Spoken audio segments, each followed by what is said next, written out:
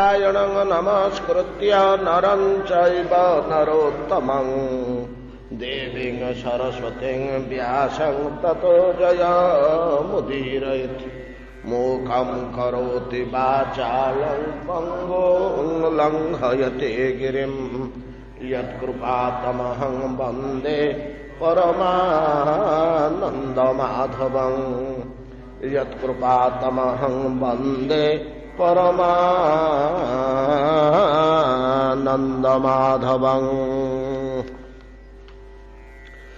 तस्य कर्माण्यपाराणि कीर्तितान्यसुरद्विषः पूतनासुपयः पानं शकटोच्चाटनं शिशुः तृणावर्तस्य निष्पेषस्तथैव बकवच्छयोः अघासुरवधू धात्रा वत्सपाला बगूहनम् धेनुकस्य सह भ्रातु प्रलम्बस्य च संख्ययः गोपानाञ्च परित्राणं दावाग्ने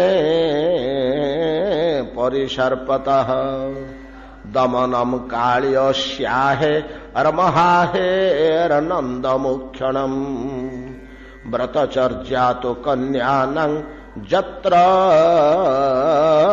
तुष्टच्युतु व्रते।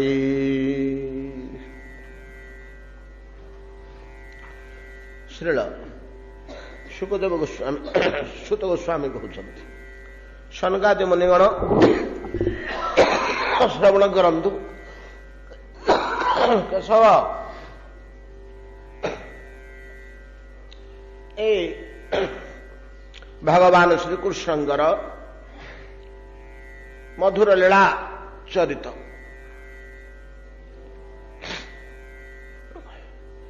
काल्य सर्प को दलन कले भगवान कृष्ण आम मैंने 2-3 दिन 4 दिन धरी से लीला को सुंदर भाव अनुशीलन करे अकुरई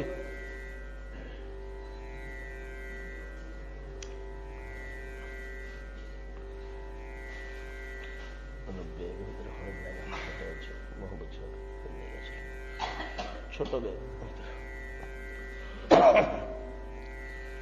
कालियदन लीला भितर भगवान केते गुड़े लीला भितर थिबा अद्भुत रहस्य विचित्र सिद्धांत सबू आम माने आलोचना कले जे भगवान नागपत्नी माने स्पष्ट कहले प्रभु आपणकर दंडटा जीव निमंते अनुग्रह लोके सिना भावती भगवान मते दंड देले बोली किंतु प्रभुंक द्वारा प्राप्त दंड जमती आम बलि कथा से दिन आलोचना करुले नहीं कि बलि कि भगवान बांधिकी गुंफा भितर पकईले समस्ते भाविले निर्दोष बलिटा को भगवान कहीं दंड देले बोली बलिंगी जाते पचरा हला इंद्र पचारे सी जहा कहले इंद्र लज्जित हो फेरी आसिले अरे एटा महाअनुग्रह बलि प्रति एटा प्रभुंकर महाअनुग्रह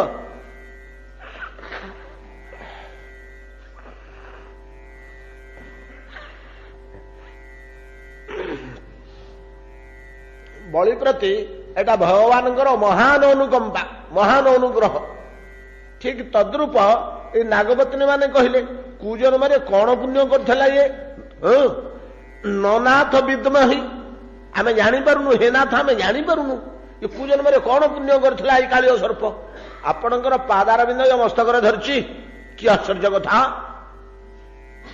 आमे भावुचे भगवान मंथी पकाउछन्ति कालिय तार फणा गुड़ा को भांगी पकाउछन्ति ताको एकदम दली दउछन्ति ना देइछु लीलार ना कालिय दलन किंतु नागपत्नी माने कहउछन्ति कि अद्भुत कथा केड़े सुंदर वाक्य कहउछन्ति आमे आलोचना करि आसले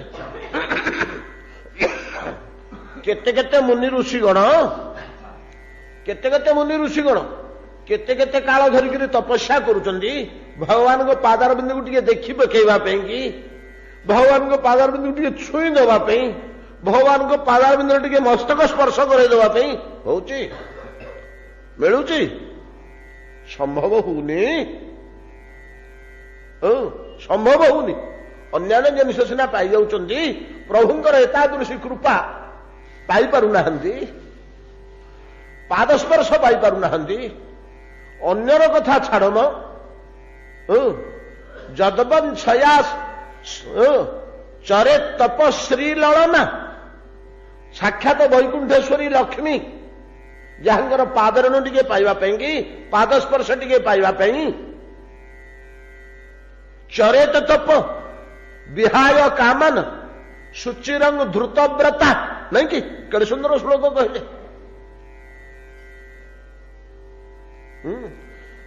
ସାକ୍ଷାତ ବୈକୁଣ୍ଠେଶ୍ୱରୀ ଲକ୍ଷ୍ମୀ ମଧ୍ୟ ପାଉନାହିଁ ପାଦସ୍ପର୍ଶ। ତପସ୍ୟା କରୁଛି, କଠୋର କଣ୍ଠରେ ଭାବରେ ତପସ୍ୟା କରୁଛି। ପାଦ ଧୁଆ ପାଣି ଟିକେ କେମିତି କଣ କରି ବ୍ରହ୍ମା ପାଇଗଲେ ଯେ ଶଙ୍କରଙ୍କର ଶିବଙ୍କର ଈର୍ଷା ହେଇଗଲାଟି ତାଙ୍କ ପ୍ରତି। ଇଏ କାହିଁକି ଆଗେଇ ଗଲେ? ୟାଙ୍କ ମର୍ଯ୍ୟାଦା କାହିଁ ବଢିଗଲା? ଭଗବାନଙ୍କ ପାଦ ଧୌତ ଜଳ ଇଏ ପାଇଗଲେ, ତାଙ୍କ ମର୍ଯ୍ୟାଦା ଟିକେ ବଢିଗଲା ମୋ ଅପେକ୍ଷା। ମୋ ତୁଳନାରେ ଆଉ ଚାରି ଆଙ୍ଗୁଳି ଉପରକୁ ପଳେଇଲେ। ଏତାଦୃଶ ଯୋଉ ପାଦ ପଦ୍ମ,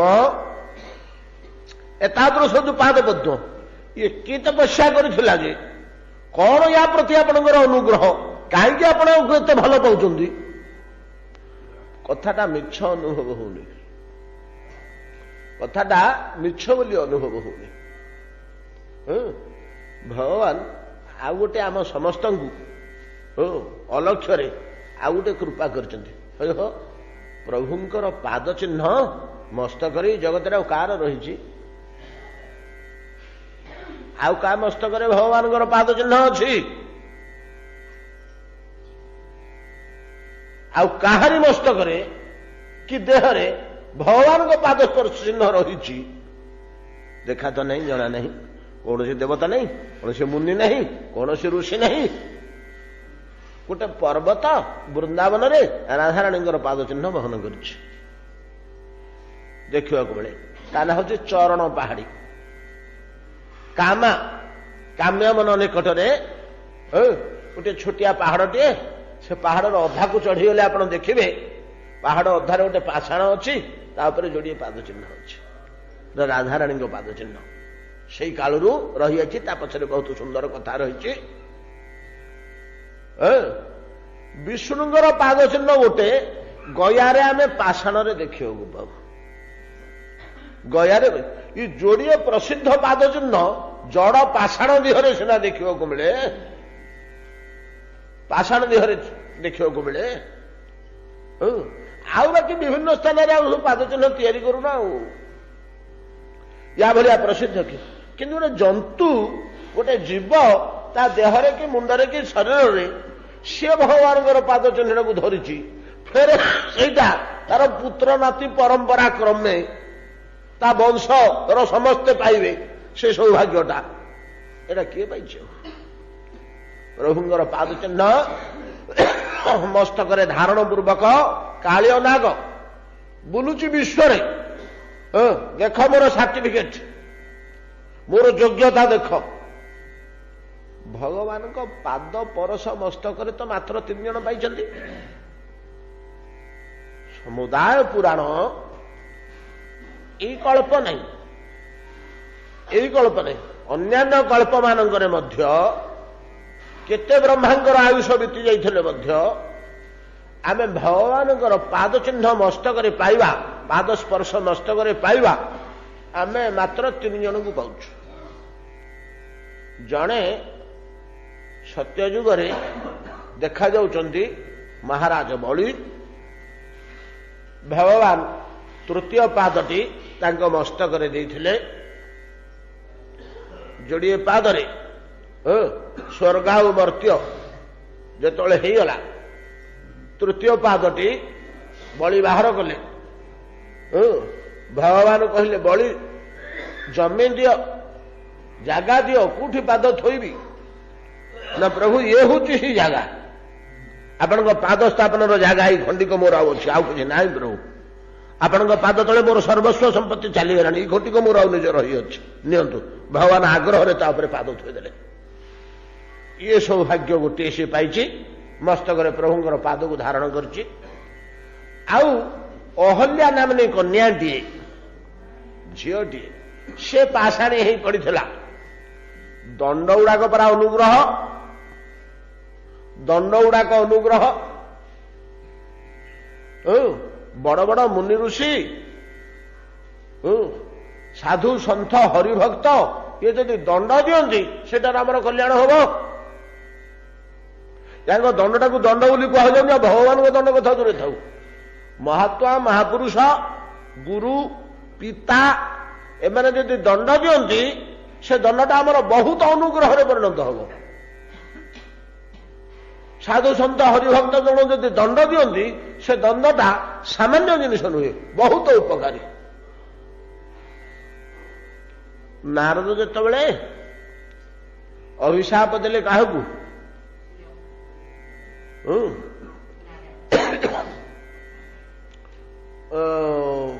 नल कुबेर आ मणिग्रीव कुबेरंकर ये दी पुओ धनीहर पिला कुबेर होचंदी धनर अधिदेवता स्वर्गरे धनाधिपति होचंदी कुबेर धनपति तांगर दी पुओ तांगर बेखातिर पैसा बल थोड़े अप्सरा किशोरी धरी गंगारे क्रीड़ा करुले जल क्रीड़ा उलग्न अवस्था नारद को देखिकी सुरापान भी कर उन्मत्त अवस्था अच्छा सेमती नंगला ही ठिया हेले नारद आगे नारद रागिक अभिशापटे देदेले कंडाल गुड़ाक जा गछ भाया ठिया होती नंगला होकर जा गछ हो जा दुईटाक गछ हो दंड होगला कि गछ हेले ब्रजरे नंदपल्लीर गाँ मुंडरे अर्जुन गछ होकर जामला अर्जुन होकर जोड़े छिड़ा हेले भगवान तांको देहरे घसी हेले तांको मूलरे शोइले तांको मूलरे खेलिले तांको उपरे चढ़िले तांको डालरे ओहलिले तांको फूल फल तोड़िले नहीं कि एतिकी परश से पाइले तो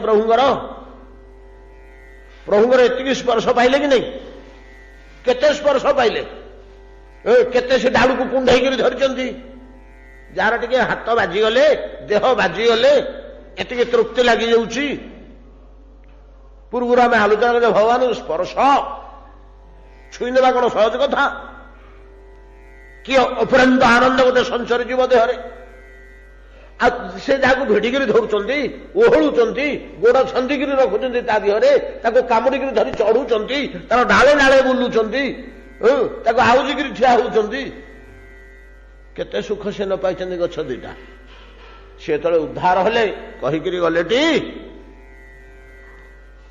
कहीकि गले प्रभु नारद ग्रुपरू आम एगुड़ाक पाइलु ई जगत में किए पाई आप दर्शन स्पर्शन सुख नारद ग्रुपरू आम पाइलु कि कौन है नारद को आमको अभिशापटे देते गछ हो बोली बाणी गुणानुकथने श्रवणम कथायां हस्तौ च कर्मसु मनः तव पादयो न श्रुत्वा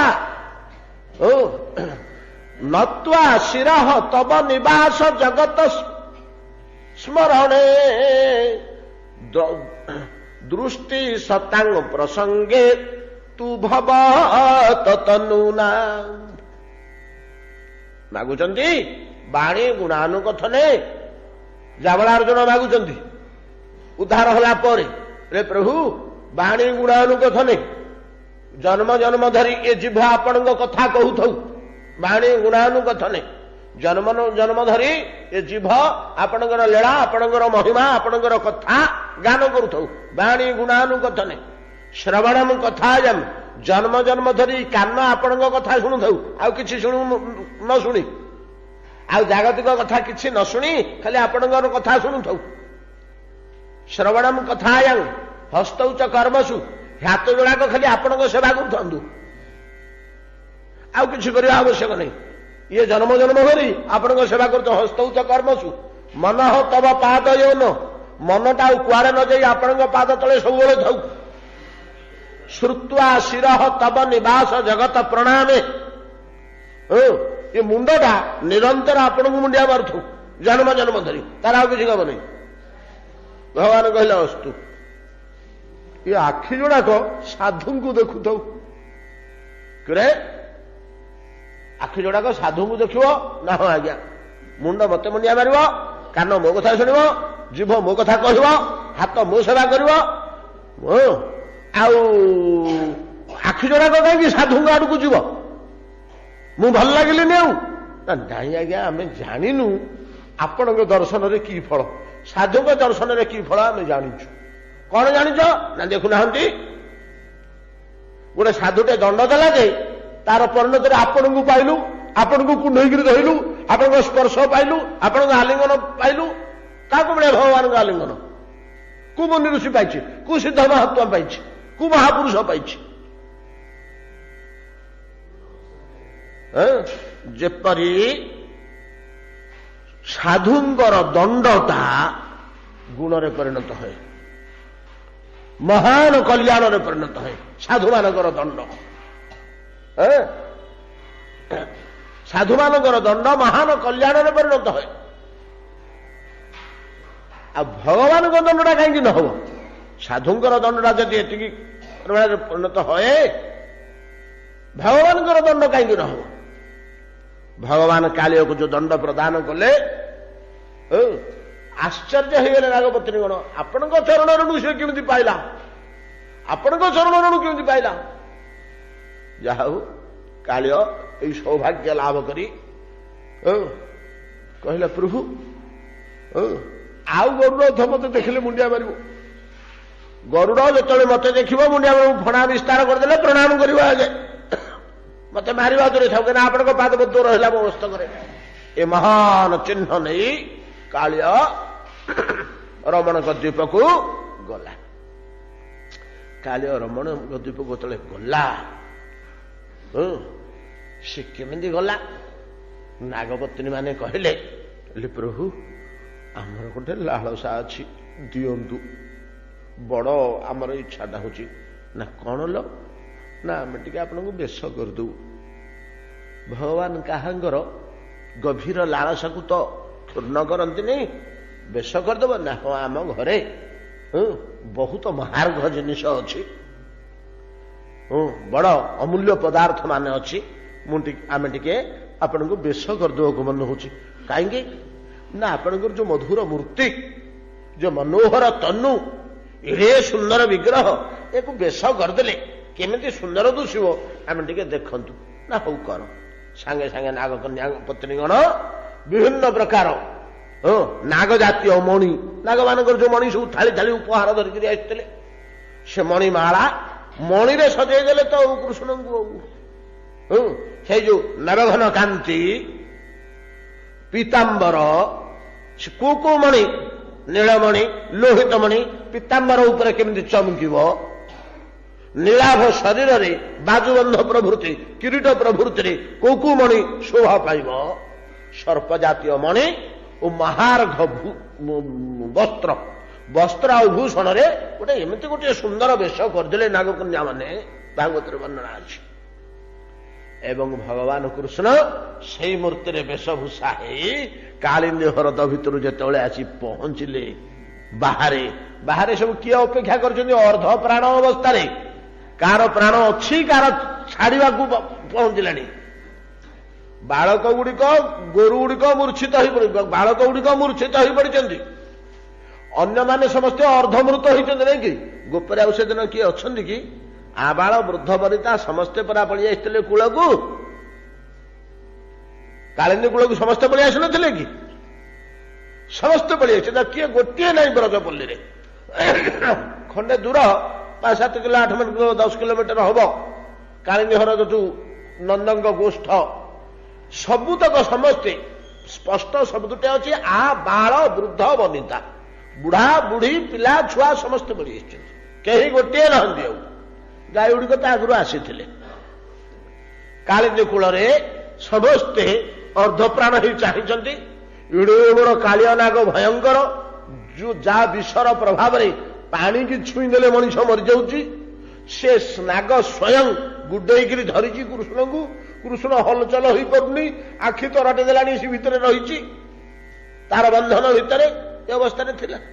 ଯେତେବେଳେ ତାର ମସ୍ତକ ଉପରେ ନୃତ୍ୟ କଲେ ଇଏ ଟିକେ ଆଖି ଫିଟେଇ ଚାହିଁଲେ, ପାଟି କଲେ ସମସ୍ତେ, ପଳେଇଆ ପଳେଇଆ, ତୁ ପଳେଇଆ ଶୀଘ୍ର, ନାଇଁ କି ସେ ଭିତରୁ ପଳେଇଆ। କୃଷ୍ଣ ନାଚୁଥିଲେ ତାର ମସ୍ତକ ଉପରେ। ସେତେବେଳେ ଟିକେ ଆଶା ସଞ୍ଚାର ହେଲା ଯେ ବିପଦ ଛାଡ଼ିନି ସିନା, କିନ୍ତୁ ପ୍ରାଣ ଅଛି କୃଷ୍ଣର। ଯୋଉ ନିଶ୍ଚେଷ୍ଟ ହେଇକିରି ରହିଥିଲା, ସନ୍ଦେହ ହଉଥିଲା ଜୀବନ ଅଛି କି ନାଇଁ ଦେହରେ, ନାଇଁ ଜୀବନ ଅଛି, ଏ ଅବସ୍ଥାରେ ଥିଲେ। ବର୍ତ୍ତମାନ ଯେତେବେଳେ କୃଷ୍ଣ ଏଇଭଳିଆ ରମଣୀୟ ମୂର୍ତ୍ତିରେ ହସି ହସି ମା ମା ମା ବୋଲି ଡାକିକିରି ପଳେଇ ଆସିଲେ, ପାଣି ଭିତରୁ ବାହାରି ପଡ଼ିଲେ, ଏମାନେ ସମସ୍ତେ ଦିଆଯିଥିଲେ, ସମସ୍ତେ ଏକାବେଳକେ ଉଠି ଚତୁର୍ଦିଗରେ ଘେରିଗଲେ, କିନ୍ତୁ ସମସ୍ତେ ଧରି ପକେଇବାକୁ ଚାହୁଁଛନ୍ତି କୃଷ୍ଣଙ୍କୁ। ମା ଯଶୋଦା କୋଳରେ ଧରିଛନ୍ତି, ଚାରିପଟରେ ଘେରିଛନ୍ତି। ସୁଖଦେବ ଗୋସ୍ୱାମୀ କହୁଛନ୍ତି, ପରୀକ୍ଷିତ କେମିତି ସବୁ ଉଠିଲେ? ନା ଶରୀରରୁ ପ୍ରାଣ ଛାଡ଼ି ଯାଇଥିବ। ଏ ଶରୀର ଦେହରୁ ପ୍ରାଣ ଛାଡ଼ିଗଲେ ଆଉ ହାତଟା ଉଠିବ? ଯୋଉଠି ପଡ଼ିଛି ସେଠି ପଡ଼ିଛି, ଗୋଡଟା ଯୋଉଠି ପଡ଼ିଛି ସେଠି ପଡ଼ିଛି, ନାଇଁ କି? ଆଉ ଅଙ୍ଗ ପ୍ରତ୍ୟଙ୍ଗ କିଏ ଉଠିବେ? କେହି ଅଙ୍ଗ ଆଉ ଉଠିବେନି। ଇନ୍ଦ୍ରିୟ ମାନେ ଆଉ କିଏ କାମ କରିବେ? ଆଖି ଆଉ ଦେଖିପାରିବ? ପ୍ରାଣ ଛାଡ଼ି ଯାଇଛି। ଦୈବ ତ କୌଣସି କାରଣରୁ ଯଦି ପୁଣି ପ୍ରାଣ ଫେରି ଆସିଲା, ସେ ଦେହରେ ଯଦି ଫେରେ ପିଣ୍ଡରେ ପ୍ରାଣ ପଶିଗଲା, ଏମିତି ଗୋଟେ ଗୋଟେ ହଉଛି ଯେ କାଁ ଭାଁ, କୋଟି ନାହିଁ 10-15 କୋଟିରେ ଅବା ଗୋଟେ ହଉଥିବ। ଜାଣନ୍ତି ଆପଣ, ଗୋଟେ ଗୋଟେ ଲୋକକୁ ମୃତ ବୋଲିକିରି ଡିକ୍ଲେୟାର କରାହେଇଯାଉଛି। ବହୁ ଆମେ ଦେଖିନୁ, ଜଣେ ବୁଢାନକୁ ଦେଖିଛୁ, ଶୁଣିବାକୁ ପାଇଛୁ, ତାଙ୍କୁ ମୃତ ବୋଲିକିରି ସବୁ ବନ୍ଧାବନ୍ଧି ସରିଥିଲା। ପୁଣି ଆଉ ଥରେ ସେ ଉଠିଲେ ଆଖି ମିଟି ମିଟି କରିକିରି, 8 ଦିନ 4 ଦିନ ପରେ ଭଲ ହେଇଗଲେ ଏବଂ ସବୁ ବିଚିତ୍ର କଥା କହିଲେ। କଣ ଗୋଟେ ଦେଖିଲି, କଣ ଦେଖିଲ? ହଉ ନା ଏମିତି ଜିନିଷ ଦେଖିଲି। ସେ ଯମ ଲୋକର କଥା କହିଲେ, ପ୍ରେତ ଲୋକର କଥା କହିଲେ, ଏମିତି ଜିନିଷ ଗୋଟେ ଦେଖିଲି ବୋଲି ଆମେ ଶୁଣିବାକୁ ପାଇଛୁ। ତାଙ୍କ ମୁହଁରୁ ଶୁଣିନୁ, କିନ୍ତୁ ସେ ବୁଢାକୁ ଦେଖିଛୁ ବୋଲି କହନ୍ତି। ସତ କି ମିଛ କିଏ କହିବ? ଆଉ ଏମିତି ମଧ୍ୟ କାଁ ଭାଁ ଶୁଣିବାକୁ ମିଳେ। ଯାହା ହଉ, ପ୍ରାଣ ଯେତେବେଳେ ଛାଡ଼ିକିରି ଦେହ ଚାଲିଯିବ, ଇନ୍ଦ୍ରିୟମାନଙ୍କର ଅବସ୍ଥା ଯାହା ହଏ, ଅଙ୍ଗ ଅବୟବ ହାତ ଗୋଡ ପ୍ରଭୃତିର ଅବସ୍ଥା ଯାହା ହଏ, ପୁଣି ଦେହ ଭିତରେ ପ୍ରାଣ ଯଦି ପଶିଗଲା, ଏମାନେ ଯେମିତି ସମସ୍ତେ ଉଠନ୍ତି, ଠିକ ସେଇଭଳିଆ ଜୀବନହୀନ ଅବୟବ ଅଙ୍ଗ ଇନ୍ଦ୍ରିୟ ତୁଲ୍ୟ ପଡ଼ିଥିଲେ ଗୋପ ଗୋପୀ ସକାଳ। ଯେମିତି କୃଷ୍ଣ ପଳେଇ ଆସିଲେ, ପୁଣି ଆଉ ଥରେ ସମସ୍ତେ ଉଠିଗଲେ। ସମସ୍ତଙ୍କ ମୁହଁରେ ହସ, ସମସ୍ତଙ୍କ ମୁହଁରେ ଆନନ୍ଦ, ସମସ୍ତଙ୍କ ମୁହଁରେ ତୃପ୍ତି। ପ୍ରଥମେ ବସିକିରି ପଚାରିଲେ ଯେ ତୋର କଣ ହେଇଛି? ଆଗ ଦେହ ମୁଣ୍ଡ ସବୁ ଦେଖି ପକେଇଲେ, କୋଉଠି ଖଣ୍ଡିଆ ହେଇଛି କି, କୋଉଠି ଫଣା ଚୋଟ ବାଜି ଯାଇଛି କି, କୋଉଠି ରକ୍ତ ବାହାରୁଛି କି, ଚିପି ପକଉଛନ୍ତି ମା ଯଶୋଦା ପିଠିକି, ଅଣ୍ଟାକୁ ଦରଜ ହଉଛି କି, ଇଟା କାହିଁ ଫୁଲିଲା ଭଳିଆ ଦୁଶୁଛି, କଣ ହେଇଛି? କିଛି ହେଇନି। ଏମିତି କୃଷ୍ଣଙ୍କୁ ଟିକେ ଭଲ ଭାବରେ ଦେଖୁ ଦେଖୁ ଆଜ୍ଞା ସନ୍ଧ୍ୟା ହେଇଗଲା। କାଳିନ୍ଦୀ କୂଳରେ କୃଷ୍ଣଙ୍କୁ ଦେଖୁ ଦେଖୁ ସନ୍ଧ୍ୟା ହେଇଗଲା। ତ ବର୍ଣ୍ଣନା ଅଛି, ଏଇଟା ଥିଲା ନିଦାଘ କାଳ। ନିଦାଘର ତାଡ଼ନାରେ ତ ବାଛୁରୀ ଆଉ ବାଳକମାନେ ବିଷ ପାଣି ପିଇ ଦେଇଥିଲେ, ବିଷ ଜଳ ପିଇ ଦେଇଥିଲେ ନିଦାଘର ତାଡ଼ନାରେ, ବର୍ଷାର ତାଡ଼ନା, ଖରାର ତାଡ଼ନାରେ। ଯାହା ହଉ ମରିଥିଲେ, ତାଙ୍କୁ ତ ବଞ୍ଚେଇଲେ କୃଷ୍ଣ। ଏ କୂଳରେ ସମସ୍ତେ ବସିଛନ୍ତି, ସନ୍ଧ୍ୟା ହେଇଗଲା। ସେଇ ଦିନ ଏମାନେ ସମସ୍ତେ ଏତେ କ୍ଳାନ୍ତ ଅନୁଭବ କରୁଛନ୍ତି ଯେ ସୁଖଦେବ ଗୋସ୍ୱାମୀ କହୁଛନ୍ତି, ପରୀକ୍ଷିତ ଏପରି କ୍ଳାନ୍ତ ଶ୍ରାନ୍ତ ଆଉ କାହାକୁ, ଖାଲି କୃଷ୍ଣ ଫେରି ଆସିଲେ ସେ ଆନନ୍ଦରେ ସମସ୍ତେ ଟିକେ ଆନନ୍ଦିତ ହେଇଯାଇଛନ୍ତି ସିନା, ନହେଲେ ଆଉ ଅତ୍ୟନ୍ତ କ୍ଳାନ୍ତ। କାହିଁକି କ୍ଳାନ୍ତ ଶ୍ରାନ୍ତ?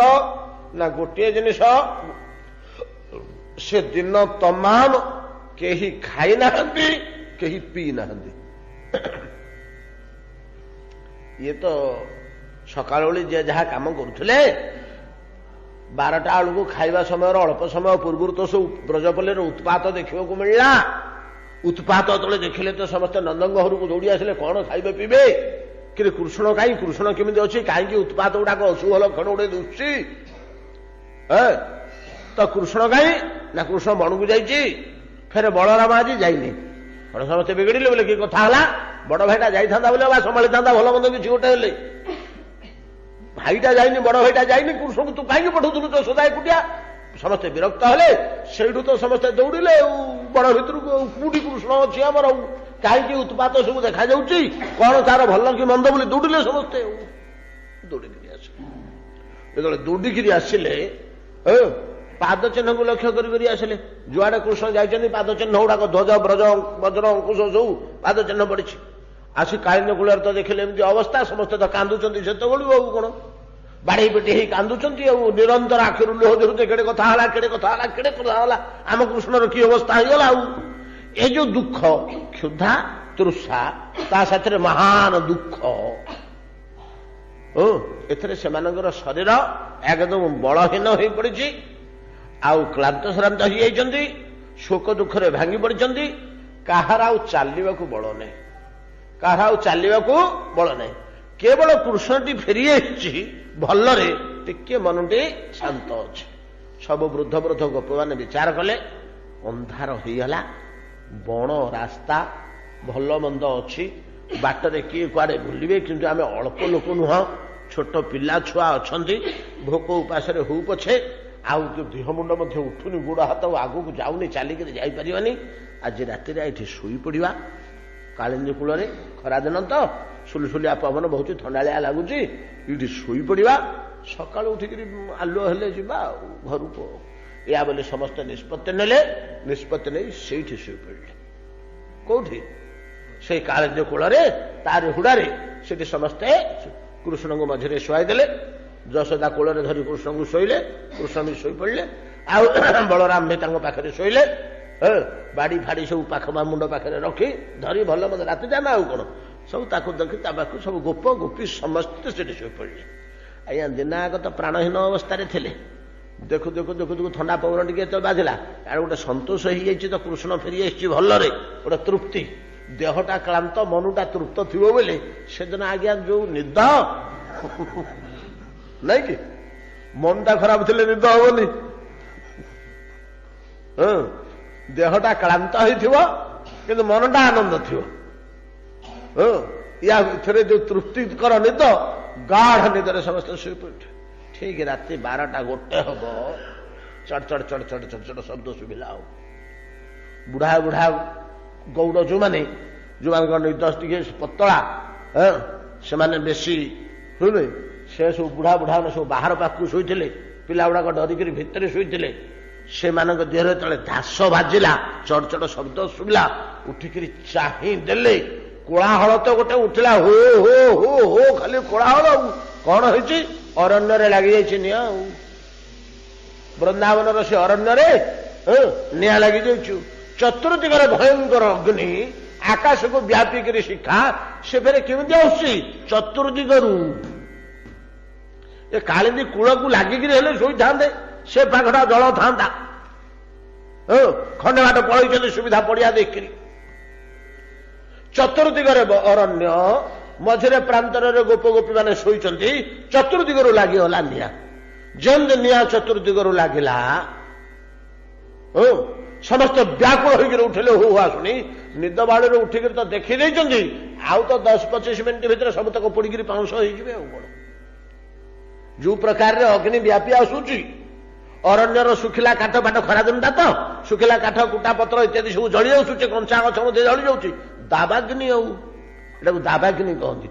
ଦାବାଗ୍ନି ଅର୍ଥାତ୍ ବନାଗ୍ନି। ବଡବାନଳ, ଦାବାନଳ, ଦିଟା ଅନଳର ସବୁଠୁ ବଡ ଶକ୍ତି ଦିଟା। ବଡବାନଳ ସମୁଦ୍ର ଭିତରର ନିଆଁ, ଦାବାନଳ ଅରଣ୍ୟର ନିଆଁ। ଅରଣ୍ୟର ଅଗ୍ନି ଆମେ ତ ଦେଖିନେ। ବଣ ଭିତରେ ନିଆଁ ଲାଗିବ ଆମେ ଦେଖିନେ। ଅରଣ୍ୟରେ ଯେତେବେଳେ ନିଆଁ ଲାଗିବ, ବିରାଟ ବିରାଟ କଞ୍ଚା ଗଛ ସେଇଠି ହୁତୁ ହୁତୁ ଜଳିବ, ଶୁଖିଲା କାଠ ଭଳିଆ। ଏତେ ଅଗ୍ନିର ତେଜ। କଞ୍ଚା ଗଛ ଗୁଡା ଶୁଖିଲା କାଠ ଭଳିଆ, କାଗଜ ଭଳିଆ ଜଳିବ। କେତେ ଯେ ଜୀବଜନ୍ତୁ ପୋଡିକିରି ନଷ୍ଟ ହେଇଯିବେ, ତାର ଠିକ ଠିକଣା ନାହିଁ। ଦାବାନଳ ଆଜି ଚାରିଆଡେ ଇଆଡେ ପଳେଇଲାଣି, ସିଆଡେ ପଳେଇଲାଣି, ସିଆଡେ ପଳେଇଲାଣି। ଆଉ ଗୋଟେ ଅଛି ବଡ ବାନଳ, ସମୁଦ୍ର ଭିତରେ। ସିଏ ନିଆଁ କୋଉଠି ସମୁଦ୍ର ଭିତରେ ଅଛି ଜଣା ପଡୁନି, କିନ୍ତୁ ଗୋଟେ ଗୋଟେ ଜାଗାରେ ଏମିତି ଗରମ ଜଳ ପ୍ରବାହ ଅଛି, ନାଇଁ କି? ଉଷ୍ଣ ଜଳ ପ୍ରବାହ ସମୁଦ୍ର ଭିତରେ। ଏପରି ଗରମ ପାଣିର ନଦୀ ଭଳିଆ ସ୍ରୋତ ଚାଲିଛି। ତଳେ କୁଆଡେ ଅଗ୍ନି ଅଛି, ଭୟଙ୍କର ତାପ ଅଛି। ଏ ତାପ ଫାପରୁ ହେଇକିରି ସୁନାମି ଫୁନାମି ଯୋଉ ହଉଛି ସବୁ ବିଭିନ୍ନ କାରଣରୁ ହେଇଯାଉଛି ନା, ଆଉ କଣ ବାମ୍ଫ ଗୁଡେ ହେଇ ଭୂମିକମ୍ପ ଆଉ କାହିଁ ହଉଛି କି? ଅଗ୍ନି ଯୋଗୁ ତ ହଉଛି। ଯାହା ହଉ, ତ ଏଇ ଦାବାନଳ ତଳେ ଚତୁର୍ଦିଗରୁ ଆକ୍ରମଣ କରି ଆସିଲା। ଏମାନେ ସମସ୍ତେ ଉଠିଲେ କୋଳାହଳ କରି। କଣ ବର୍ତ୍ତମାନ ଯେତେବେଳେ ଦେଖି ହୋଟା ପ୍ରଥମେ ଉଠିଗଲା, ସାଙ୍ଗେ ସାଙ୍ଗେ କିଛି ସମୟ ପରେ ଥମିଗଲା। ସମସ୍ତେ ସ୍ତବ୍ଧ, ସ୍ତମ୍ଭୀଭୂତ। କାହା ପାଟିର କଥା ବାହାରୁନି। ଆଉ ହୋ କଣ କରିବି? ଇଲେ ଆଉ ଟିକେ ଗଲେ ପୋଡିକିରି ପାଉଁଶ ହେଇଯିବୁ। ଏଇ ଆସିଗଲା ଅଗ୍ନି, ଆସିଗଲା ଅଗ୍ନି, ଆଉ ଟିକେ ଗଲେ ପୋଡିକିରି ପାଉଁଶ ହେଇଯିବୁ। କାହା ପାଟିରୁ କିଛି କଥା ବାହାରୁନି। ସ୍ଥାଣୁ ସ୍ଥବିର ହେଇକିରି ଛିଡା ହେଇଛନ୍ତି। କିନ୍ତୁ ବାଳକ, ବୃଦ୍ଧ, ବନିତା, ପୁରୁଷ, ସ୍ତ୍ରୀ ସମସ୍ତେ ଏକ ମନ ଏକ ପ୍ରାଣରେ କୃଷ୍ଣଙ୍କୁ କେବଳ ଶୁଣ। ପାଟି ଖୋଲିକିରି କାହାର କଥା କହିବାକୁ ବଳ ନାହିଁ, ଭାଷା ନାହିଁ କାହାର ପାଟିର। ସ୍ତବ୍ଧ ହୋଇଯାଇଛନ୍ତି, ସବୁ ସ୍ତମ୍ଭୀଭୂତ ହୋଇଯାଇଛନ୍ତି, ଖମ୍ବ ଭଳିଆ ହୋଇଯାଇଛନ୍ତି। କିନ୍ତୁ ମନରେ ଆର୍ତ କଣ? ହା କୃଷ୍ଣ, କୃଷ୍ଣ, କୃଷ୍ଣ, ତୁମେ ରକ୍ଷା କର, ତୁ ରକ୍ଷା କର ବାପା, ତୁ ରକ୍ଷା କରେ। କେତେ କେତେ ବିପଦରୁ ଉଦ୍ଧାର କରିଛୁ, କେଡେ କେଡେ ଘଟଣା ଘଟି ଯାଇଛି। ସମସ୍ତେ ଏକ ମନ ଏକ ପ୍ରାଣରେ, ଅନ୍ତଃକରଣ ଭିତରେ ଗୋଟେ ବିଶ୍ୱାସ ପଶିଯାଇଛି ତ ସମସ୍ତଙ୍କ ଭିତରେ। ଅନେକ ଗୁଡେ ଘଟଣା ଘଟିଲାଣି। ଗୋଡଟା ବାଚିଗଲା ଯେ ଶଗଡ଼ଟା ଚୁନା ହେଇଗଲା। ଏଡେ ବଡ ବକ, ତାକୁ ଦିଫାଳ କରି ଚିରିଦେଲା କୃଷ୍ଣ। ପୁତଣାଟା ଗୋଟେ ଭୟାନକ ରାକ୍ଷସୀ, ଯାହାକୁ କୁରାଢିରେ ଗଡ ଗଡ କରି ହାଣି 8 ଦିନ ଲାଗିଲା ଗୋପପଲ୍ଲୀ ତାକୁ ବୋହି ନେଇକରି ଖଣ୍ଡ ଖଣ୍ଡ କରି ଦୂରରେ ପକେଇବାକୁ। ଖେଳା ଯଦି ସିଟି ପଚି ସଢିଯିବ, ଦୁର୍ଗନ୍ଧରେ ରହି ହବନି ଅଞ୍ଚଳରେ ବୋଲି ତାକୁ ଖଣ୍ଡ ଖଣ୍ଡ କରି ହାଣିକିରି ପୁତନାକୁ ବୋହି ନେଲେ ନା। ଅଧୁଟେ ପୋଡିଦେଲେ, ଆଉ ଅଧୁଟେ ଆଉ ପୋଡି ପାରିଲେନି। କୁଆଡୁ କେତେ କାଠ ଆଣିବେ? ସେଟା ଫୋପାଡ଼ି ଏଡେ ବଡ ରାକ୍ଷସୀ, ତାକୁ ସ୍ତନ୍ୟପାନ କରୁ କରୁ 2.5 ଦିନର ଶିଶୁ। ଅଘାସୁର, ଏଡେ ଗୋଟେ ଭୟାନକ। ଏଗୁଡାକ ସବୁ ଦେଖିକିରି ସେମାନଙ୍କ ମନରେ ଗୋଟେ ବିଶ୍ୱାସ ପଡି ଆସିଛି। ସେମାନଙ୍କ ମନରେ ଗୋଟେ ବିଶ୍ୱାସ ପଡି ଆସିଛି ଯେ କୃଷ୍ଣ ଆମକୁ ରକ୍ଷା କରିବ। ସମସ୍ତ ଆଉ ତ କିଛି ଉପାୟ ନାହିଁ, ଆଉ କଣ କରିବେ? ହେ କୃଷ୍ଣ ରକ୍ଷା କର, ହେ କୃଷ୍ଣ ରକ୍ଷା କର, ହେ କୃଷ୍ଣ ତୁ ରଖ ବାପା, ଆଉ ଆମକୁ କିଛି ଗତି ନାହିଁ। ପଡିକିରି ପାଉଁଶ ହେଇଗଲୁ ସମସ୍ତେ। ଅନ୍ତଃକରଣ ଭିତରେ ସମସ୍ତେ ଏଇ ଭାବ ଅନ୍ତର୍ଯାମୀ ଦେଖିଲେ ଯେ ମୋର ବ୍ରଜବାସୀ ଗଣ ଗୁଡା ସବୁ ମୋର ବୋଲି ଭଗବାନ କହୁଛନ୍ତି। ଗୁଡାକୁ ଆମକୁ କହିବେନି କେବେ ହେଲେ ଜଗନ୍ନାଥ ମୋର ବୋଲି, କାହିଁକି ନା ତାଙ୍କର ଯାବତୀୟ ଜିନିଷ ଆମେ ଚୋରିକିରି ଖାଉଛେ।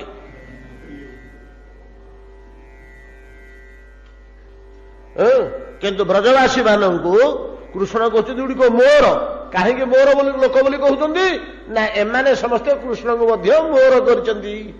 ଏ ପ୍ରଭୁଟି ମୋର, ଏ କୃଷ୍ଣଟି ଭଲରେ ଥାଉ, ଇଏ ସୁଖରେ ଥାଉ, ମୁଁ ପଛେ ମରେ, ମୋର ସର୍ବସ୍ୱ ଯାଉ, ମୋର ସବୁ କିଛି ଯାଉ, ପରା କୃଷ୍ଣ ଭଲ ଥାଉ। ଏ ଭାବଟେ ସେମାନଙ୍କର ଥିଲା ବୋଲି ଭଗବାନ ମଧ୍ୟ କହୁଛନ୍ତି ଲୋକ ଗୁଡିକ ମୋର। ତ ମୋ ଲୋକେ, ମୋର ବ୍ରଜବାସୀ ଗଣ ଅଗ୍ନିରେ ଜଳି ପଡିକିରି ମରିଯିବେ। କାହାକୁ କିଛି ନ କହି କୃଷ୍ଣ ମଝିରେ ଯୋଉ ରହିଥିଲେ ପଳେଇଗଲେ। ପଳେଇ ଯାଇ ଆଣ୍ଠୁ ପକେଇ ବସି ପଡିଲେ। ଲୋକମାନଙ୍କର ଅଗ୍ରଭାଗରେ ଆଣ୍ଠୁ ପକେଇ ବସି ପଡିଲେ। କରିଦେଲେ ଏମିତି ପାଟିକି କରିଦେଲେ, ଚାରିପଟକୁ ବୁଲେଇ, ଚାରିପଟକୁ ବୁଲେଇ ଦେଲେ। ସବୁତକ ଅଗ୍ନି ସାଉଁଟି ହେଇକିରି ସମସ୍ତେ ଦେଖୁଛନ୍ତି। ଏଡେ ମୋଟାରେ ପାଇପି ଭଳିଆ ଆସି ହଉ ଭଗବାନଙ୍କ ଗର୍ଭ ଭିତରେ, କୃଷ୍ଣଙ୍କ ଗର୍ଭ ଭିତରେ ସବୁତକ ଅଗ୍ନି ପଶିଗଲା।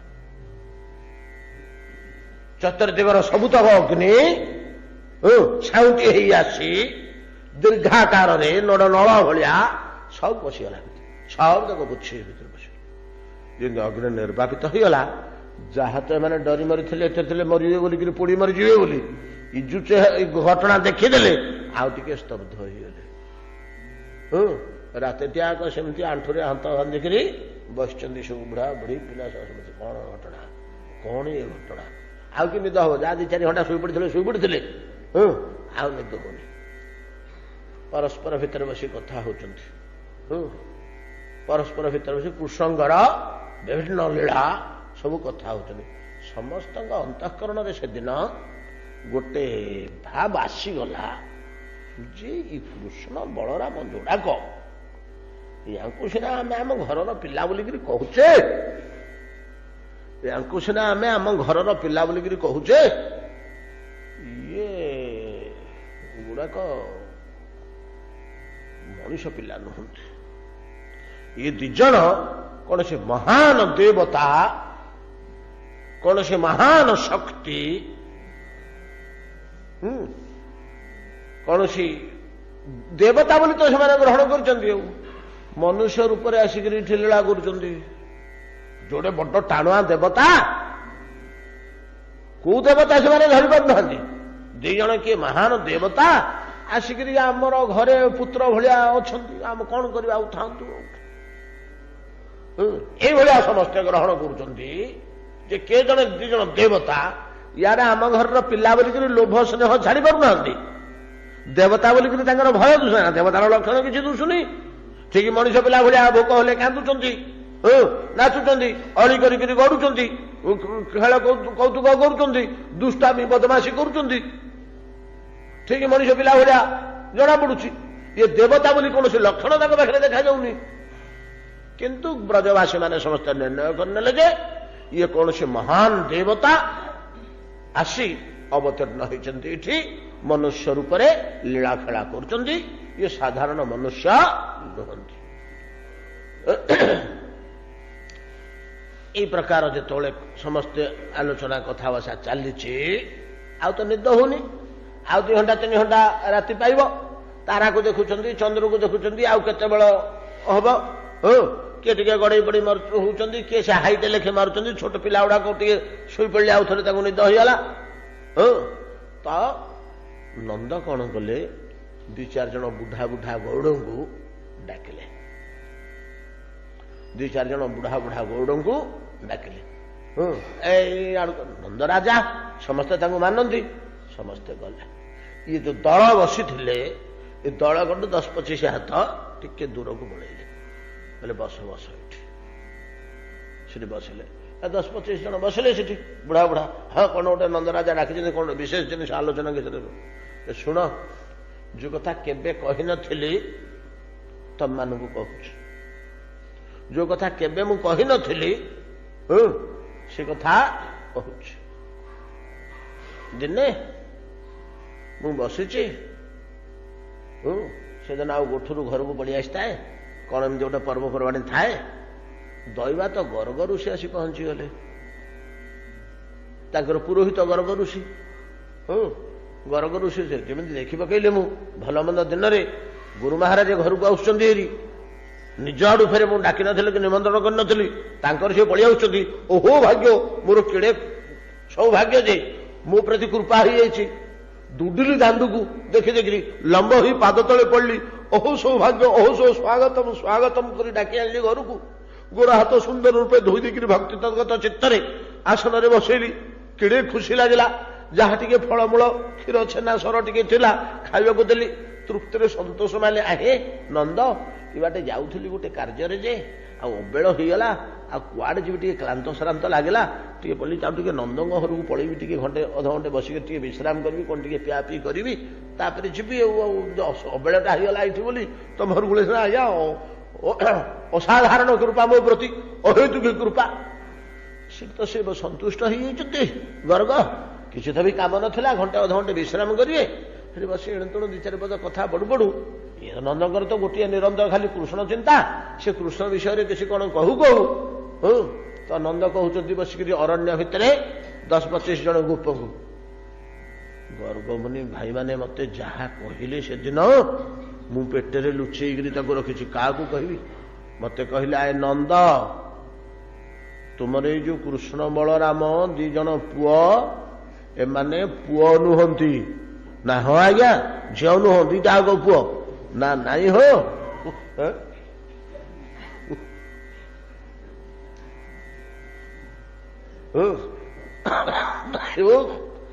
ये अनंत कोटि ब्रह्मांड नाथ साक्षात भगवान समस्त हृदय रे जे नित्य विराजित अंतर्यामी रूप से विश्व ब्रह्मांडर प्रत्येक पदार्थ रे परम ब्रह्म रूप से जे व्यापक होकर रही जहांगर निश्वास रु कोटि कोटि ब्रह्मांड उत्पन्न होची पुणी प्रवेश कर जहांगर नयन पातरे कोटि कोटि ब्रह्मांड विध्वंसित हो धूलिसात हो माया विशाल विश्व नुह कोटि कोटि विश्व को निर्माण करुच्ची जहां इंगित जहांकर इच्छा मात्रे सूताटे हलुची पत्रुटे गछरू पड़ुची से इच्छा न कले पड़ी पारिबनी भलिया भगवान तम घर को पुओ ही तम घरे पुओ होकर चलुंट तो ताजुब होकर शुणुची कौन कवि केते कथा भगवान महिमा भगवान महत्व कहीगले तुम्हें भाग्यवान नंद कहीं तम घर को पड़ी आसली मु बाटे जाऊली कहीं तम घर को पड़ी आसली मन पड़गला ये प्रभु लीला कर कल्प कल्प धरी मुनि ऋषि मैंने जन्म जन्म मुनि जतन करा ही जन्म जन्म धरी जतन कर जानी पकेवाकू जहां टे देखी पकेवाकू जिन्ह के चरण सरोरुह लागी करत विविध जप जोग विरागी जहांगर पाद टिके स्पर्श करदे जहांगर टिके दर्शन करदे जहांगर टिके कृपा पाई कल्प कल्प जन्म जन्म नुह करत विविध जग जोग विरागी से माने जार सत्ता संधान पर्यंत पाई नहंती न जमाप जोगिनाम क्षमम प्रवेश तपसेरित मन नहीं कि गोटे पद तो सुखदेव गोस्वामी थोई देती गोप्यन्न धावन न जमाप जोगिनाम जोगिनांग तपसेरित मनंग जंग स्पष्ट न क्षम तपसेरित मनम तपतीक्षण मन कहार महामहाजोगेश्वर मानकर जहां छुईवा समर्थ होनी से तम घरे खेलुंट नंद कहले आज्ञा परदिन मु कहली कानुरे कठौ दीटा आणलु गोटे मुंडरे गोटे पेटे धरिक आसिले प्रभु आसिले आज्ञा छाड़ तालीला से कौन करुछ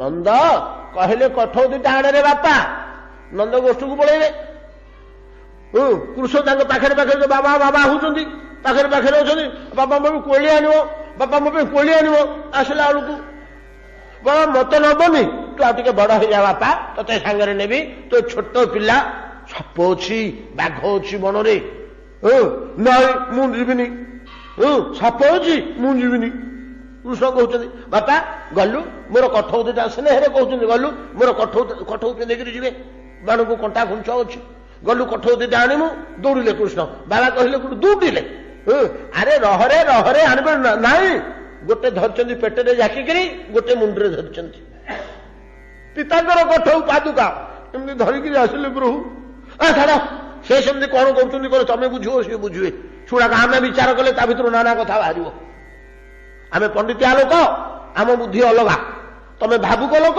तम बुद्धि अलगा नहीं कि